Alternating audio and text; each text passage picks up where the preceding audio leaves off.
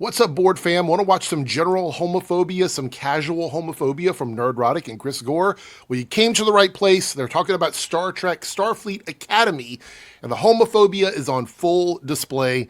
Let's get into it. Who the fuck is this dude? That's a dude? Is he in the show? Well, he's got a beard, earrings, and a dress. That doesn't mean anything. I don't know what that means. And he's got some... You know what's funny is these are the same people that will say you can always tell if someone is trans. You can always tell if someone is gay. They know what gender is. They know what it is. We're the ones that don't know gender. We're the ones that don't understand. But every time I watch them freak out or crash out about somebody who is wearing an article of clothing that doesn't align with whatever binary gender this person is supposed to be to these people specifically, they are confused. So can you tell or can't you tell? I mean, let's just be straight up here. Oh, is this a boy or a girl? I don't know. I'm not sure, but they're the ones that don't know what gender is, but I don't know what I'm looking at. Is it a boy or a girl? Not totally sure. Weird cowboy boots, I think. Space boots. Cowboy boots? In what world? In what world are those cowboy boots? Holy shit. Who dresses like this on purpose? The person right here in front of you. Right in front of you. Yeah, it's really interesting to me when I watch a bunch of people that have zero style, like literally zero style, know nothing about fashion or modern trends or anything. It's always funny to watch them criticize what other people are wearing. People that have stylists that keep up with whatever the trends are, whatever's coming up, whatever could be coming around the corner in spring, fall, whatever. They know what's happening, and they dress them up to match their own personal style with whatever the trends are. But these people that sit in their house perpetually and don't know anything about fashion have a lot of complaints about what people are wearing on red carpets. It's really weird. It's not a look that's ever taken off. So this is the Starfleet Academy premiere, which is at, I guess, some science museum down in New York. And they held a premiere. Let me scrub through. If you start with her, again, she's the one from Lower Decks. She's from Lower Decks? Yeah, she's the voice actress from Lower Decks. And she's writing on the show. Yeah. And here I have Star Trek alum, Beckett Mariner, my loved one, Tawny Newsome, writer and co-producer. Big deal on Starfleet Academy. Tawny, how are you feeling? I feel amazing. I'm so happy to see you. So good to see you. Focusing on seeing my friends. That's the way. I was like, you know what I want to do? I want to get dressed up. I want to see my friends. I want to drink. You know what's really interesting to me is everyone that I've seen in all the promotions for this show are very excited about being on the show. They're all very excited. There's no manufactured hype around it that I've seen. Maybe there is. I haven't seen any. And I watch these kinds of things every day. So there's no manufactured hype. But I'm pretty sure that these guys in their minds are annoyed by all of the folks out here who are talking to each other and they're excited about each other. And that's why they decided to react to this specific media. So they could trample on the joy of the people who are involved with the show. 3 martinis, and I want to not remember my middle name. I don't even know your middle name, so we're on a great start. Don't tell me, it'll be a surprise. Okay, let's talk Starfleet Academy. You have a writer credit, you have a producer credit. What are you excited for fans and Trekkies to know about this new batch of cadets? Starfleet Academy has been such a huge part of the Star Trek franchise. We're finally getting a moment to talk about it. What are you excited to share to fans? I am excited for the fans to dissect absolutely everything that they hate. They will do that. Because it is a Star Trek rite of passage. I love that she is saying this on this interview on the carpet here, and these guys are sitting here doing exactly what she's calling them out for. And she's being sarcastic. It's hilarious.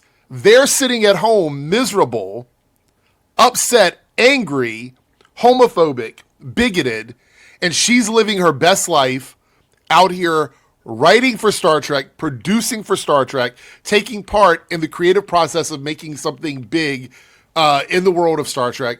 And all they can do is sit over here in the corner and seethe and be mad and be angry that they're not a part of this. This isn't something that they're connected to. They're literally on the outside screaming at the people who are doing something they love. And we know y'all are going to do it, and you're allowed to do it because that is your right as fans.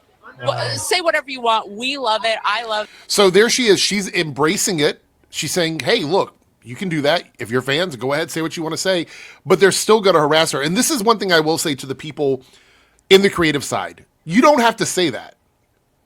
You don't have to tell them it's okay. You don't have to do that. Because they're not going to give you anything. They're not going to be like, well, at least we're going to give her a little credit. She said it was okay. They're not going to do that. They're not going to give you that concession. They're not going to meet you there on that one. So there's no point in saying that to these guys. They're waiting. All they're doing in watching this clip is waiting for queer stuff, stuff that a woman might say, stuff that a person of color might say that they can go after. And the minute they see that, they're going to do that. So you don't have to give them any concessions or be nice to them. But the cast is so incredible. It's such an incredibly warm. Gary, that's your intro to your video about the show. Oh yeah, I clipped it the minute she said it. It's in my file. See? Okay, should we keep going? Keep going. Smart group of writers that came together to make this, and I'm just like, okay, she said smart. I mean, with you in the room, She nobody just said can there's a smart group of writers that came together for this, and we can't miss. By the way, I lost count of the number of nose rings I saw during this. Dude, it was because that's really what's important, right? All of this stuff not connected to the actual show. One of the things that I think you guys should be aware of, and I don't talk about it very much here. We did talk about it on the showcast in the past, but I think it's really important to bring it up here, is the vast majority of complaints from these guys are things not actually in the show. Right? They will use stuff like this, these interviews, these little quotes and moments with reporters and things like that. They'll use these things to create some sort of a narrative about the show or about the movie, but they won't really dive head first into the issues with the show. So if the show comes out and it ends up being good and there's not a lot of stuff for them to complain about, they'll just go back to stuff like this. They'll just go back to the greatest hits. They'll find things like this and then they'll just kind of trample over it constantly. So it doesn't really shock me that he's worried about the amount of nose rings that actors have. They're in fashion right now. Again, they're in trend. That's why they're doing it. Do you think there's some sort of insidious reason why? Why are you complaining about the fact that someone has nose rings? It's so fucking petty. I'm really getting to the point in 2026 where I'm just going to start talking shit about what they're wearing and how they look. Because that's what they do to everybody else. You walk through there with a magnet, you could just fucking lead everybody out. Like, oh my God. Yes, you know? I mean, I ain't say that, but you. I did, and I'll say it 1,000 times because I love my friend and I'm so proud of her. Listen, I'm not going to keep up too much of your time. Thank you for coming. Thank you for. What time? Just, I don't know. Apparently. I'm here for you. Okay. Here, let's do rapid fire. Quick superlative game. You write for all the cadets and the kids. Who do you think is most likely to break character during a scene? Oh, wow. You know, I haven't been on set that much. so she wrote for the show, and I haven't been on.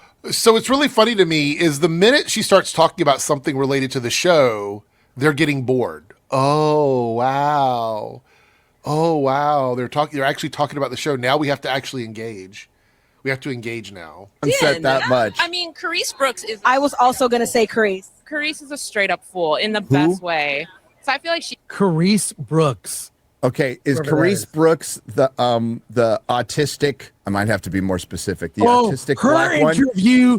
Oh, we will get to that. Did you see how? Her interview! They're seething. Let's look at the interviews. The interviews, everyone. Let's look at all the interviews and get mad and be angry. Let's do that because that's what we do. We're adult men. We find interviews of 20-something people involved with the franchise and we just make fun of them. The interviews. She was dressed. no. Holy shit. Okay. All right. You'd be cutting up a little bit. Yeah, maybe Paul, maybe a Paul Giamatti. Does he mess around? I would love to see it. I would love. That's what I would want. Is I Paul want Paul Giamatti, to mess around. bro. I'll make sure to pass that on. I hope that was a good paycheck. I really. You know what's funny to me is Paul Giamatti, an incredible actor. These guys would typically enjoy, right? They would like him. He's associated with this, and instead of assuming that he's associated with it and that will elevate the project, they're assuming that this guy, Paul Giamatti, would be associated with this, and because it's got diversity in it somewhere, that it's going to be shit and that he can't elevate it. What does that say about Paul Giamatti? What does that say about white guys in general, right? Straight white guys. That y'all can't make things better? That in collaboration, you can't make things better? That's kind of crazy. That's actually kind of crazy to me, because the whole argument is that DEI hires are bad, but you got a white guy in here and you're going to say that he's obviously not going to be good, even as an incredible actor, because he's associated with people who are different. What happened to the white person being so good, so based? What happened to that? Yeah. I think I love Paul Giamatti. probably I love him. probably me or Rebecca. Rebecca, she's a big old trickster. I love her down. She's gonna hate that I said that. Love you, Rebecca. Yeah, but I'm gonna keep interviewing folks. It was so good to see you. Thank you for your time. I'll scroll through. You tell me Scroll when through it's and get to the guy with the purple. Get to the Klingon. Fuck Bill. the Klingon, with that purple outfit. It's like purple. Get to the Klingon who's got this. So let's keep track of everybody they talk about here. So the first interview was 2 women of color, right? And now we're skipping ahead of everybody else to go to the guy who plays the Klingon, who happens to be a black guy. Let's keep track of who they talk about in this clip. Deep voice in the show, and he's like, "Oh my god, I love being a Klingon. So great." There's the homophobia, the homophobic voice. Love it, love it. Oh my god, so original. Oh my god. That one is, and then Kurtzman. We have to do Kurtzman. I also want to point out, I watched a clip from Chris Gore. I actually watched it on the channel here, where Chris Gore is arguing on behalf of more gay stuff and things. He's actually arguing on behalf of it. And I think this was him trying to sort of cover up that he's aligned himself with a bunch of homophobic people. But in this clip, he's being somewhat problematic, right? He's being problematic. Like we saw earlier that he made fun of somebody because of the way they were dressed, obviously making fun of what gender they are, et cetera, et cetera, et cetera. And this is why I never give these guys credit. Because the minute I give them credit for like, oh, well, maybe he's not homophobic. Maybe he's misunderstood. And then like a couple months later, he's back to doing the dumb shit he was doing before. Yeah, right Here there, it is. right there. Here we go. It's coming. Hello, everyone. I am here with one of the stars of Star Trek Starfleet Academy, Karim Dianet. Hey, what's up, y'all? Hi, honey. What's so funny about this? I don't understand. What's the joke? Like, I don't know him and I don't love him. We key in Canada. Like, it's a party. It's so good to see you. We key in Canada, Yes, Chris. Long overdue. I love you. Old men not understanding modern language is funny to me. Like, clearly this show is designed for a younger audience. And every time I click on one of these videos where they're talking about it, it just goes to show these guys are completely out of touch. They don't understand how people talk anymore. They don't understand how kids interact with each other. When I say kids, I mean like young adults, 20-somethings. They don't understand how they interact with each other. This world is completely foreign to them. And it's not even because it's diverse. It's just that they're so fucking old. They're my age. But they're 20 years older than me mentally. Seriously. These old guys that just have no fucking clue. We get it. You don't like current Star Trek. You don't have to. Find something else to watch. There's no reason, like nobody is forcing you to watch this. You're doing this to yourself. You and I'm so proud of you. You are doing incredible work on Starfleet Academy as Jaden, the Klingon who loves. This right here, this image and this whole watching this red carpet, this is where Star Trek is. It's a completely feminized, super gay. Look, I have there's a lot of gay people I've met in my time. Nope, we're not doing that. We're not doing that, Chris Gore. You do not get to pull the I have gay friends card. You don't get to do that. What you are doing right now in this moment is being blatantly homophobic. You're being misogynistic, you're being sexist, you're being all of those things. Blatantly doing that. So pulling this card about I knew gay people and I have gay friends or whatever, fuck that. Fuck you and fuck that. You don't get to do that, man. It's not how it works. You're not going to tokenize us to allow you to be hateful. No, doesn't work. And any gay person that knows him, if you're friends with him and you let him do this shit and tokenize you as a gay person that he knows, then you're just as complicit as he is. We talked about tokenization in another video. This is what happens when somebody gets tokenized by another person. So Chris Gore is a straight man, and he's decided to turn his gay friends into part of his argument. Non-existing, anecdotal, nebulous gay people that he happens to know justifies him being critical of gayness. That's what he's saying here. It justifies that. You don't get to do that, man. It's not. You don't get to do that. Let's hear what he has to say. But that's not something you get to do. Not today. Not ever. Completely feminized, super gay. Look, I have a lot of. There's a lot of gay people I've met in my time. A lot of gay friends. Mm-hmm. They're not all flamboyantly gay. They're just I'm gay. Right. And guess what? Not all straight people are asshole bigots. Right? Not all straight people are asshole bigots. Gay people are not monolithic. Right? We don't exist all as one thing to serve the heteronormative viewpoint. Like that's not where we are. We don't walk around every day wondering how straight people are going to perceive us in the world.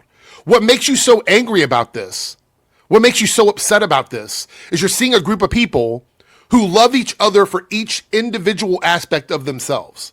Whether they're gay, whether a woman, a person of color, whether they're straight, whatever they might be. They love each other for that. And you don't like the concept of people being authentically who they are. You want people to be fake because you are so fragile. You're so fragile and you're so upset by seeing people exist in this media as who they are. And it makes you so angry that you no longer have control over this. It's no longer yours. You can no longer tell people, well, you never really could, but you can no longer tell these people what they can and can't do. And by these people, I mean a younger generation, a younger group of people who are now part of Star Trek as a franchise. You can no longer gatekeep. You can no longer control that. So you just crash out and get mad because gay people are gay people. We're not apologizing anymore. Yeah, it's fucking gay. Star Trek is fucking gay. It's full of women. We're not apologizing anymore. This is great shit. And whether the show is good or bad, I applaud them for doing it. You know what Star Trek used to be? It was masculine. It used to be masculine, and it is devoid of any masculinity whatsoever. Who cares? Who gives a fuck? What a dumb metric. I don't like Star Wars anymore because it's no longer masculine. How, again, we're going to use this word again. How fucking fragile is your masculinity that you were threatened that Star Wars is embracing some of its softer sides? Like, what's the issue with that?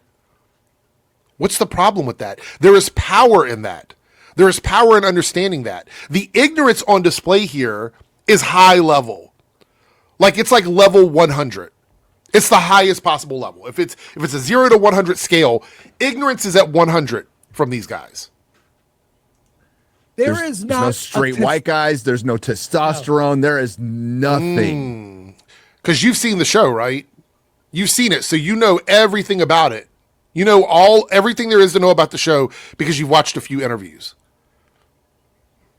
Okay. Nothing. Even though it's funny, they showed that quick interview with that guy, and he's like, "I am a Klingon," and then he's like, "I so love doing Hi, it." guys. I know. like, rewind it a little bit because that's homophobia. What you're doing right now is homophobic. It's literally homophobia. There's no reason why he can't speak that way. Like, it's crazy. He gets into explaining his character because this is what everybody's asked for in Star Trek, right? Here we go. Right. You don't have to ask for anything. Actually, people have asked for Starfleet Academy. They have asked for that. But you don't have to ask for anything. When somebody delivers you something as a piece of art that you were not in charge of, you don't have to ask for it. They can just make it. I'm so tired of people saying that. So fucking stupid. Hey, let me, okay. Party, it's so good to see you. This is a reunion. Yes, a reunion long overdue. I love you, and I'm so proud of you. You are doing incredible work on Starfleet Academy as Jaden, the Klingon who loves bird watching more than battle. He's a soft-hearted Klingon, sort of course, continuing to shift and change boundaries in the world of entertainment, but also in Star Trek. Fluid. How do you feel about showing off a new side of what we understand Klingons? You know what I love? I love how angry they are. I love it. I love the tears. The straight white tears over this are incredible. Keep fucking crying. It's hilarious to me. It's so funny to me that you're mad that this actor is portraying a character in a show that you're not happy about. And it's destroying your world. I don't remember at any point in time where I've watched a movie or a TV show, like promos for it, and get this upset because someone is straight because someone is cisgender, because someone is a man. I don't remember that ever happening. But these guys crash out. Gay person walks on scene, absolute meltdown. And I love it. Keep fucking crying. It's great. It's 2026. We're no longer apologizing. We're no longer playing to this. You guys can keep crying. To be in this franchise. Yeah, I'm excited. I mean, I know that. Look how seething they are. Look how fucking mad they are. But Klingons are, diverse people. Look at them. Chris Gore is doing the old man lean. So bad. And X-Ray Girl, there's no point in her even being here. She doesn't contribute anything. It's really funny. They've existed as healers, on the show before, but we haven't really focused in and honed in on it. So I'm really excited to get deeper into this side. He's going to get deeper into another Klingon, dude. Yeah, the homophobe. Keep going. Keep ramping it. I love it. Let's go. Let's continue. Bright-eyed, bushy-tailed, ready to take on the world. If you could tell Kathleen before you got started on this, when you just got the call, what would you say to him after you shot a season and a half? You guys are in the middle of shooting season 2 right now, right? What would you tell pre-Trek Kathleen? Oh my gosh, I would tell pre-Trek Kathleen. You know what I love? I love that they're just bigots. I love that for them. I love that they are threatened by people that speak different languages, people that have names they can't pronounce, gay people, black people. I love that they're threatened by that. It's really funny. It's funny to me now. These guys are relics. They're fucking relics. They're literally sitting on the corner yelling at the kids who are playing in the streets. That's all they're doing. And people support this? Y'all really support this? How miserable must you be? You're about to make me emotional. Oh, I'm so proud of him. I just want to know. Here. Okay. I will tell you. He doesn't know what to say. Okay, pause. He doesn't know what to say. He's all, you're gonna get me emotional. He couldn't even fake a cry. Yeah. Well, you wouldn't want him to cry because y'all are homophobic, and men crying would be a sign of weakness. That's not masculine enough for you. So you don't want him to cry. You don't really. I like you crying though. That's funny. That's funny. Cry more, please. He just did it to deflect because he didn't know what to fucking say because they don't know anything about their character because they're rushing through the series. You just heard. Yeah, they're just rushing through it. They don't know anything about these things at all. Nothing at all. But you guys know everything. You know everything because you've watched the show, right? So you know everything. That this got picked up for season 2. They filmed it practically back to back. And it was a rush job so they could get it done before he gets fired, before Kurtzman gets fired, which that is happening. Yeah. I have no inside knowledge. I just that is happening. You don't have any inside knowledge about anything. You basically just say stuff. That's all you do. So just saying that to us now doesn't really mean anything. Which, by the way, you see I'm wearing my my shill sweater. You can get your own shill sweater. I'm Bored merch in my merch shop. Go ahead, head over there, grab some of this stuff because it makes these guys cry. And when somebody calls you a shill, you can be like, yeah, I'm a shill. What now? Get your shirt too. Absolutely happening. Go to Kurtzman. He doesn't say anything. Here he is. But this guy used to work for Sam Raimi. Now we are here. So we're actually talking to some white people. I'm a little shocked. Everyone. At the Starfleet Academy premiere. They're still going to say negative stuff, so it doesn't really matter. But I am a little shocked. No, you're so fine. No, you are so fine. I'm yours. Producers, Yes. How do you feel? Your all this years of hard work that you put in to get the show off the ground and into the hearts and homes of people watching us here on YouTube and live streaming into the studio. How excited are you to finally be here celebrating this momentous occasion? So excited. I mean, words don't describe. To be fair, it's a white woman. So there's that.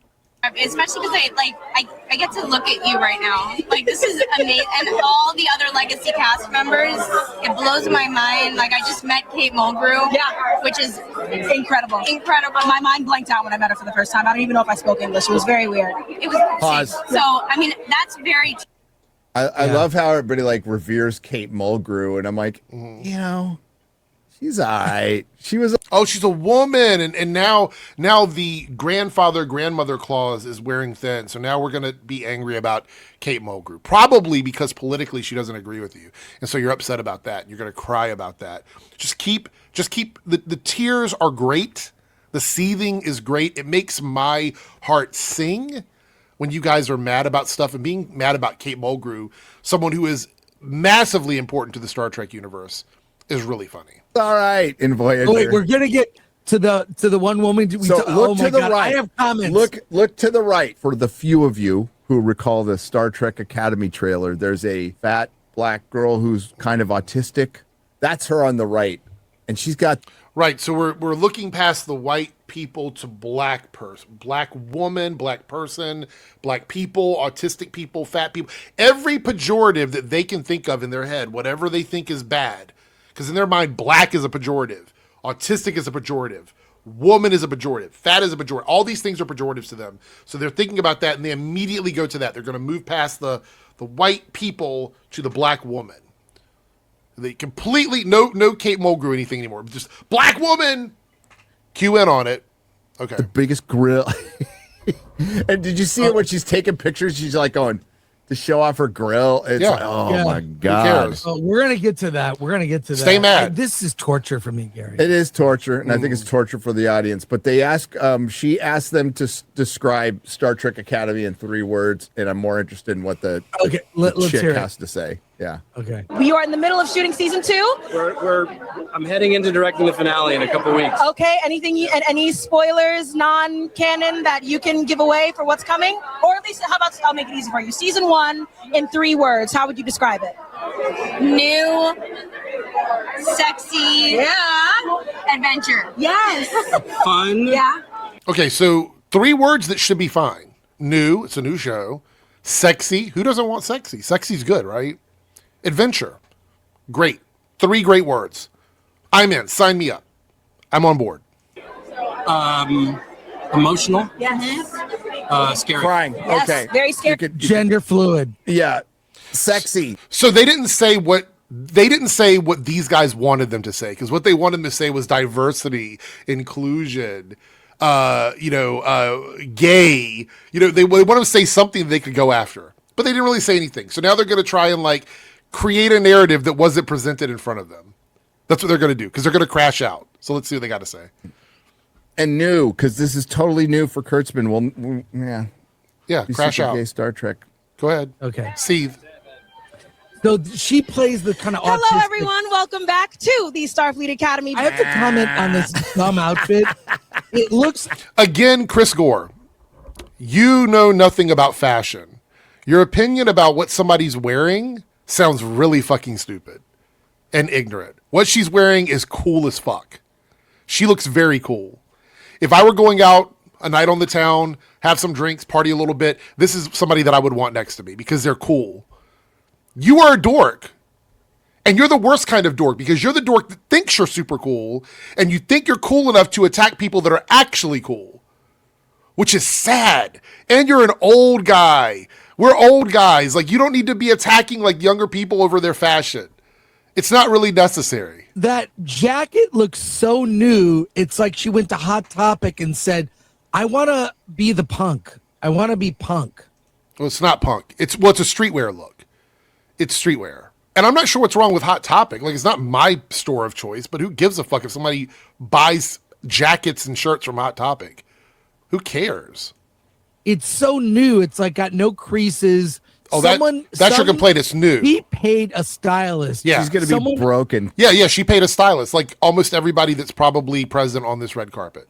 Almost everybody. Congratulations. So your complaint is it looks new and it looks punk, and she paid a stylist. I don't really understand what your complaint is. 10 years. Is it because a black woman's wearing it? Is that what it is? Is it a black woman, so you got to be mad about it? Someone on her team, she has a team, got the jewelry. She talks about her jewelry. So all the stuff is sponsored. Yeah. I'm going to this big premiere. So Yeah, that's a lot of celebrities get sponsored things. I mean, I'm pretty sure people on panels with you in these videos do sponsorships. Do you not? Does Chris Gore not do sponsorships? Have you never done a sponsorship before? I don't really know what the issue with sponsorships is. Y'all are about getting money. They're about getting money. What's wrong with that? What's the issue? give me all this shit for free. Do you know? She got all that shit for free. She did. And chances are she's not going to keep it. A lot of times these red carpets or blue carpets, whatever you want to call it, promo things, they wear these things and they have to give them back. So you don't know if she's going to keep it or not. Because you know they don't make a lot of money. Yeah. I mean, Yeah. what do you guys think like an actress of her caliber makes on an episode of television? Chat. It's first of all, it is a lot. Give me some guesses. But it's okay. Relative. So now we're talking about how much money they make. How is that relevant at all in any of this? How is it relevant? Why are we concerned with how much money she makes because she's doing sponsorship? Even if she was making $20,000 an episode, she can still do sponsorships. You don't like capitalism now? You're against capitalism? You're against people making money? Is that where we're at now? So this woman is not allowed to do sponsorships because she doesn't make a lot of money anyway, and this is just bad. It's just bad. It's just she should be, not only should she not be on Star Trek, but she should literally be in poverty, I guess. Right? Relatively. We're going to talk relatively to Hollywood. It's a lot for By the way, I want to point out that this just kind of feeds into the shit I say about these dumbasses anyway, is that all they give a fuck about is money. They don't care about the quality of the show or how cool this is or what this person does in the series or what their lore might be or any backstory. They don't care about any of that. This is all just, it's like hate packaged as fandom critique. That's all this is. You're a working class guy like I used to be, and it's a lot of money, but it's not as much as you think. Who cares? And not only that, you get paid per episode. Who cares? Sometimes you get paid a holding fee. Oh, no. You can't work. And then that's all you make for the year. So she may work a lot for 4 months or 6 months, Right. and then she is unemployed. You mean like every other actor in the world, right? Every other actor.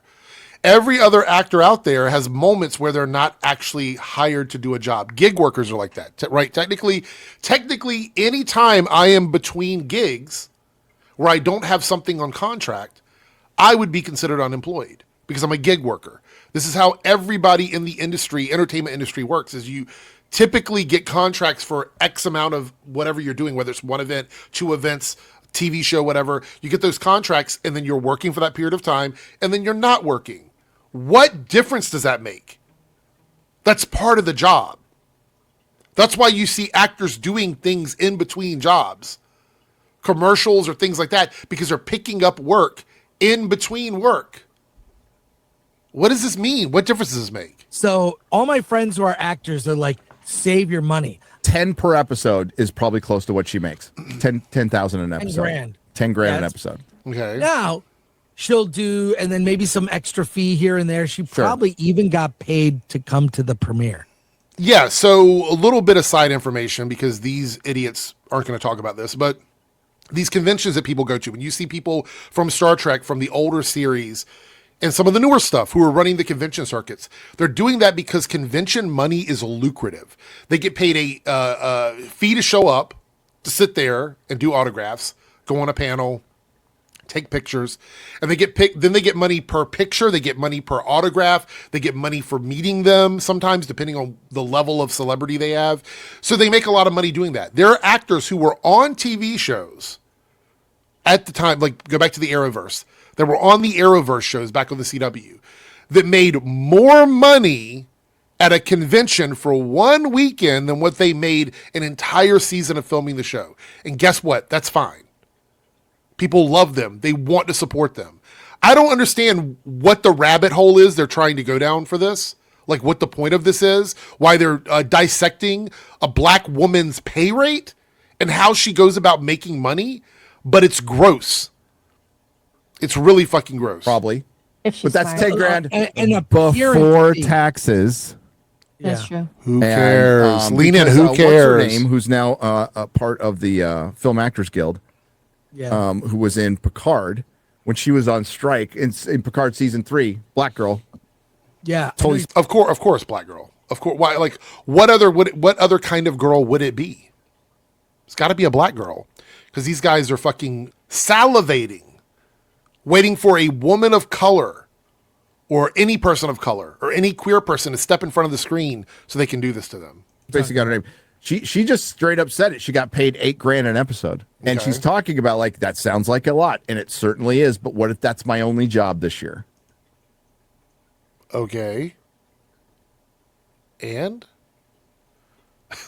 I mean, what is the relevance to any of that to what we're watching right now on their screen? What is the relevance to that? I mean, you are justifying her way of making money on the carpet. So I'm not really sure what the relevance is. Right. Correct. Yeah. Should we keep going? Yep. Blue carpet. I'm here with two of the stars of the show, Carice Brooks and George Hawkins. Yeah, we are. What are those teams? It's very exciting. We're having a great time. So you are two of the cadets on the show. We have Sam and Darum. I am so excited for the world to meet these two characters. What is something that you want the fans at home to know about your two characters before they even see the show? We have people watching in the theater and we have folks watching on YouTube. So what do you want them to know about your character? I want everyone to know that Sam is a very sweet girl and she has good intentions, and I want everyone to take care of her. Yeah. Patience. Just give him a second. Yes. Please. These are baby cadets playing someone who is both 17 and also a newborn somehow, and someone who is still... Her character is a newborn. Okay. Yes, which is weird. Is that... How is that any weirder than anything else on Star Trek? Like, these guys are so miserable, man. It's funny. They're so sad and pathetic. How is that any weirder than anything we've ever had on Star Trek before? Character's a newborn who's 17 years old, so... Yeah. Yeah, how's that going to make relationships? I mean... Yeah. Fucking Hollywood, dude. Watch the show and see. I don't know. It's a show about fucking aliens. Like, well, not fucking aliens. I don't think they're going to have aliens fucking in the show, but fucking aliens. Like, it's about fucking aliens. So watch the show if you care. If you are interested in whatever it is they're saying and it's making you curious on how it's going to be done on the show, watch the fucking show. Because immediately you guys go to pedo shit. In your mind, you immediately go to pedo shit. That's the first thing you think about. That's creepy. Getting used to the world of Starfleet Academy, brushing off some trauma, getting ready to embrace the new world. Everybody's got trauma. Won't let you guys see my card. Okay. And the questions I'm asking. Fucking, okay. Hack writers. Absolute fucking hack writers. The easiest way to create forced drama is to have past trauma, write a quirky, awkward... The shortcuts of writing are mystery box. Everybody's got some past trauma that they're trying to overcome. And, like, it's been around. Isn't your whole book about your past trauma? Literally, you put out a book on Ripison, like, about your trauma and how you overcame your trauma. That you just put that book out. I mean, on forever. But if you've watched enough Kurtzman Trek, so you saw it trigger me a little bit. Of course, everybody has some. Well, everything on screen would trigger you, right? Like everything we've seen so far, with the exception of, I guess, a couple of white guys, has triggered you. But even the white guys trigger you because they're associated with black people and women and gay people. So you're perpetually triggered by this stuff because you are a weak ass person, and I love that for you. I love it. Your past trauma. All the characters are essentially the same, and they're all going to be fucking crying within 10 minutes. Right. Yeah. And it's glorification of victimhood, which is so un-Star Trek. Right. Yeah. In particular, this isn't Buffy; it's Star Trek. I mean, we could sit here and go through all of these stories about victims of oppression and all the hateful stuff that happened to people in different alien races over the history of Star Trek. But I don't think I have to. If you're a Star Trek fan out there, you understand how stupid his comment is. You understand. There's like dozens and dozens of examples over all of the rich history of Star Trek that show that they deal with trauma and people being victims. But let's let him cook a little bit more, even though he doesn't have his oven turned on. But there are things on here that I'm not allowed to say. Okay. I'm not going to ask you any questions about your characters. I'm going to ask you rapid fire questions instead. Yes. Okay. I'm sweating. It's warm. And you're wearing leather. Actually, let's break it. Let's get into these looks. Okay. Let's break into these looks. Who are you wearing? Get into fashion. I'm wearing Vaquera. I'm wearing Natalie. I forget the last name, but it's on Melrose. That's the hat. This is Vitaly. All this. Okay. I mean, this is Melrose ain't what it used to be. Oh my god. Drip. From Kensington, you know what I'm saying? Drip down. She's gonna be broke. What? She is gonna be broke in She a rents year. her apartment. Off Melrose. She's wearing. Melrose. Yeah, Melrose is not what it used. This like fantasy they have for people being fired and unemployed and broke is crazy. It's crazy. These guys sit around and fucking masturbate to people being, out of work. I would make a physical joke about it, but YouTube would be mad about that. But they just sit around all day, I wonder if Kathleen Kennedy's going to get fired. I wonder what Star Trek person is going to be wearing on the red carpet. Like, it's fucking crazy, man. It's sad. Used to be. Yeah, it's Somali daycares all up there. Okay. I think we've heard enough from this. The Somali daycare thing is crazy. It's crazy. These guys would have you believe that fraud is super important, right? That we shouldn't be dealing with fraud and how dangerous it is and how bad it is. But then they make jokes about it, which tells me they're not serious people. And they never have been. All they are is sad, miserable, old white men, and I'm going to use that because that's all they think about is check boxes. Old white men who are mad about a younger generation being excited about being part of something and being authentic to who they are, and that threatens them, and it threatens the entire facade that they built around themselves. So keep crying. We love it for you in 2026. Make shit more gay. Make shit more black. Make shit more female. Make shit more woman. Make shit everything these guys hate. Please, I beg of you, because it's all about making them upset for me in 2026. Whatever makes them upset, whatever makes them mad is glorious to me. So keep doing it. I want them to be sad. I want their tears to flow down their face. I want them to be angry and upset and question everything about their life while they're sitting around being miserable and pathetic. I love that for them. Thank you guys so much. I love you too. See you in the next video.